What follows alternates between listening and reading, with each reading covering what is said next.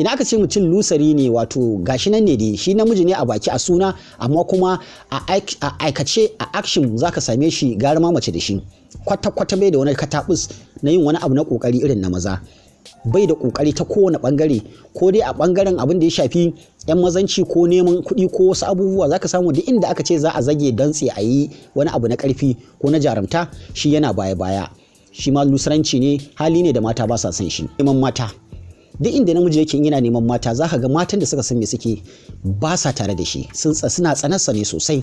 Domin ko su matan da kake nema, zaka ga idan kana tare da ita ba ta so ta ganka tare da wata. To irin wannan hali, mata suna tsanan namiji mai irin wannan halin duk a inda yake. Masu kallo da saurare na wannan tasha ta Hula da Kallabi, barkanku da warhaka. Yau ma ga mu da wani sabon bidiyo. Idan wannan karan ne ka fara zuwa wannan tasha ta Hula da Kallabi, muna roƙon arziki da a danna mana wannan alama ta subscribe, a yi liking, a kuma yi sharing. Idan kuma sake dawowa kai, to muna marhaban lale da sake dawowa. Muna godiya da yadda ake kasancewa da wannan tasha tamu da kuma kallon bidiyoyinmu. Muna godiya.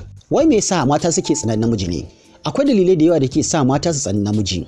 Ba mamaki saboda wasu halayyarsa ko kuma wasu ɗabi'unsa, ko kuma wani irin abu da ya kasance ya sha bamban da abin da aka sani a al'adance da kuma addinance na harkar mu'amala da mutane. Kamar yadda muka riga muka sani, ba wai mata kaɗai ba, gabaki ɗaya a lahirin al'umma akwai abubuwan da idan ya kasance kana yi ko kuma ka siffanta da su, zaka ga ana kyamatar ka.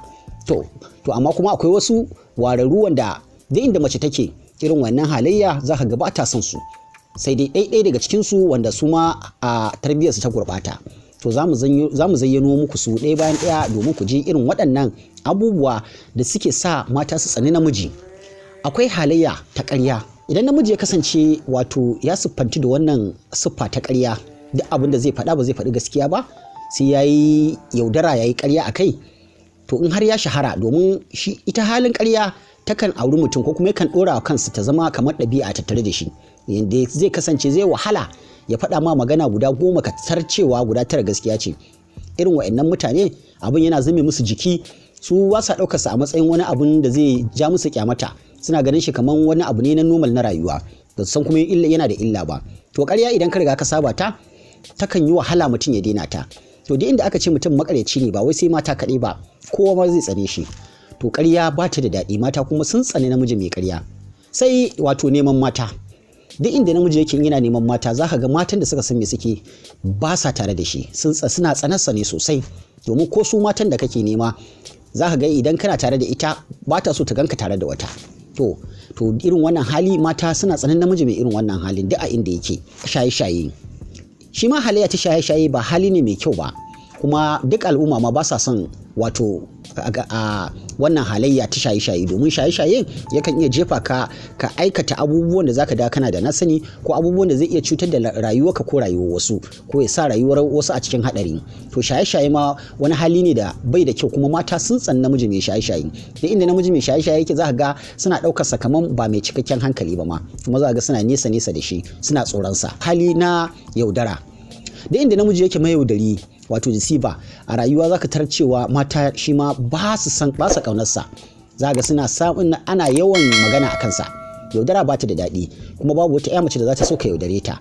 Shi yasa mata suka tsani namiji mai yaudara. Duk inda ka je ka buga yaudarar taka, zaka ga ka baro wurin ana kyamatar ka, ana aibata ka, kuma ba a kaunar ka. Duk inda sunan ka ya jimla, za a dinga magana akan halinka na yaudara.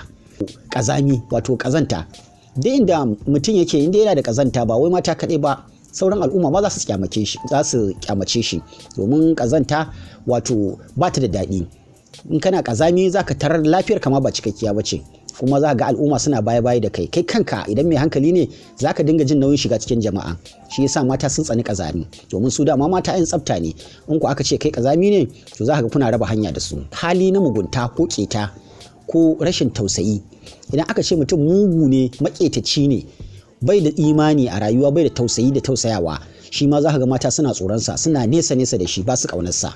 Sai hali na lusaranci, idan aka ce mutum lusari ne, wato gashi nan ne dai shi namiji ne a baki a suna, amma kuma a aikace a action zaka same shi gara ma mace da shi. Kwata-kwata bai da wani katabus na yin wani abu na kokari irin na maza. Bai da kokari ta kowane bangare, ko dai a bangaren abin da ya shafi yan mazanci ko neman kuɗi ko wasu abubuwa, zaka samu duk inda aka ce za a zage dantse a yi wani abu na ƙarfi ko na jarumta, shi yana baya-baya. shi ma lusaranci ne, hali ne da mata ba sa son shi. Sakarci shi ma wani hali ne za ka ga wasu mazan suna tare da shi. Za ga mutum da shekaru da girma da komai kana tunanin cewa ya girme wani abun, amma sai ga ya je yana yin wani abun da ƙananan yara ma ba za su yi ba. Ko kuma ka gan shi wato kowa yana jansa, kowa ya samu za ka ga yana wasan banza, yana duk irin wa'annan halayya wato ta sakarci za ka same shi a ciki, kuma gashi da shekaru. To mata ma za ga ba su son mutum mai sakarci. Sai wani halin shi ma wato tsoro. Wato aka ce mutum matsoraci ne a rayuwa, za ka samu shi ma sai a hankali. Ko a cikin ma maza 'yan uwansa za ka ga ba a son mu'amala da shi sosai, domin akwai wasu mazan za ga sunansu ne maza amma matsorata ne a rayuwa. Mace sai tafi su jarumtaka. To irin wannan mazan ma za ga mata ba su son ba su son mu'amala da su. Irin wayannan da halayya ne wanda za ga mata suna wato kyamata su. To sai hali na gaba, hali irin na rigima. A ce yau kai kullun a cikin rigima kake, kana namiji amma kullun a faɗa kake. A ji ka yau da wancan kun yi faɗa, a ji ka cin a waccan rigima. Duk irin wannan hali mata ba su son su. Mata suna son zaman lafiya, ba sa so a ce ana yawan rigima. To idan ka kasance kai marigiminci ne, ko da yaushe kai dan rigima ne, mace ba zai wuya ka ga tana son mu'amala da kai. Mata sun tsani mutum mai rigima. Allah ya sa mu dace. Masu kallo da saurare, nan muka kawo ƙarshen wannan bidiyo, da fatan ya kawatar da ku. Idan kuma kuna so ku kalli bidiyon da ya kunshi abubuwan da zai sa mace ta soka, abin da ke sa mata su saurin kamuwa da son namiji, za mu sa muku link din a ƙarshen wannan bidiyo a cikin description, sai ku duba ku gani. Muna fata za a duba. Mun gode, mu haɗa wani bidiyon na gaba.